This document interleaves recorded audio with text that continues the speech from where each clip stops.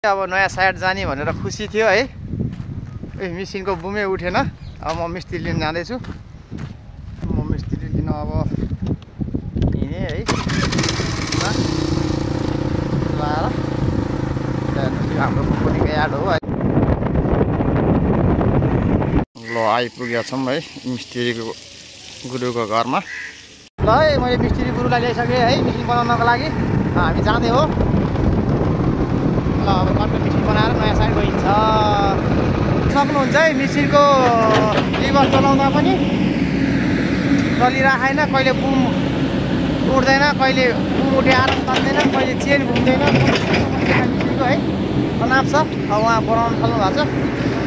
ल चेन उठेन। चेन घुमाउँदा अब चेन घुमाउ। चेन घुमाउँदा घुमाउँदा अगाडि आराम ठेला त आराम ठेला त आराममा ठेला यसरी चेन घुम्छ। आराम चलाउँदाखेरि चेन चल्छ, नत्र चल्दैन। ल तपाईँलाई ल हामीले है हाइड्रोलिक सर्भिसिङ गर्दैछौँ है। तपाईँको यो हाइड्रोलिक झार्दैछौँ। 20 स्क्वायरको यो हाइड्रोलिक मोबिल पनि आइसकेको छ। 90 यो 60 को आइसकेको छ। सर्भिसिङ गरी तपाईँहरूलाई म पार्टमा सबै तपाईँहरूलाई देखाइदिनेछु होइन।